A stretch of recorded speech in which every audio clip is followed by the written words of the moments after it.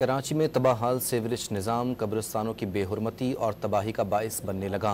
बारिशों के बाद से नॉर्थ कराची के मोहम्मद शाह कब्रिस्तान में सीवरेज का पानी जमा है, जिससे न सिर्फ कब्रों की बेहुरमती हो रही है बल्कि कब्रिस्तान में आने वालों को भी शदीद परेशानी का सामना है।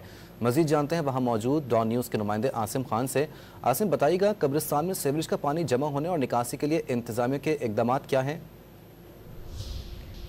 जी, कराची शहर में तो जगह जगह हमें सीवरेज का निज़ाम तबाह नज़र आता ही है, लेकिन अगर बात की जाए कब्रिस्तानों की तो अब वो भी इस जो है ख़राब निज़ाम से महफूज नहीं रहे हैं। इस वक्त मैं मोहम्मद शाह कब्रिस्तान में मौजूद हूँ। नॉर्थ कराची का एक ये बड़ा कब्रिस्तान है और 3 नंबर का जो गेट है उसके साथ जो रास्ता है, आप देख सकते हैं कि किस तरह से यहाँ पर सीवरेज का पानी जो है कई अरसे से यहाँ पर जमा है। मकीन ना सिर्फ यहाँ से परेशान है बल्कि जो ख़बरों पर आने वाले हैं वो बहुत ज़्यादा परेशान हैं। यहाँ पर तस्फीन के लिए कोई आता है तो उसको बहुत ज़्यादा परेशानी होती है, लेकिन इंतज़ामिया जो है कहीं नज़र नहीं आ रही है। लोग यहाँ पे शिकायत ज़रूर करते नज़र आ रहे हैं कि उनकी ख़बरों की बेहुरमती हो रही है, लेकिन इंतज़ामिया जो है वो नज़र नहीं आ रही है। और ये भी बताना है कि काफ़ी अरसे से जो है पीछे कुछ लाइनें जो हैं वो चौक हैं और अक्सर जो है यहाँ पर यही सूरत हाल हो जाती है और कई बार की शिकायत के बावजूद जो है इस पर अमल दरामद नहीं किया गया है, जिसकी वजह से इस वक्त भी देख सकते हैं कि काफ़ी पानी जमा है और जैसे जैसे फ़्लो बढ़ता है सीवरेज लाइनों में तो मज़ीद यहाँ पर सूरत हाल ख़राब हो जाती है। तो यहाँ की जो मकीन हैं, जो यहाँ से गुज़रने वाले हैं और जो यहाँ पर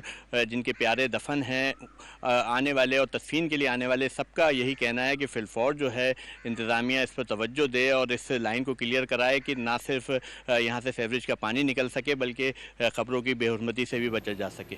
जी।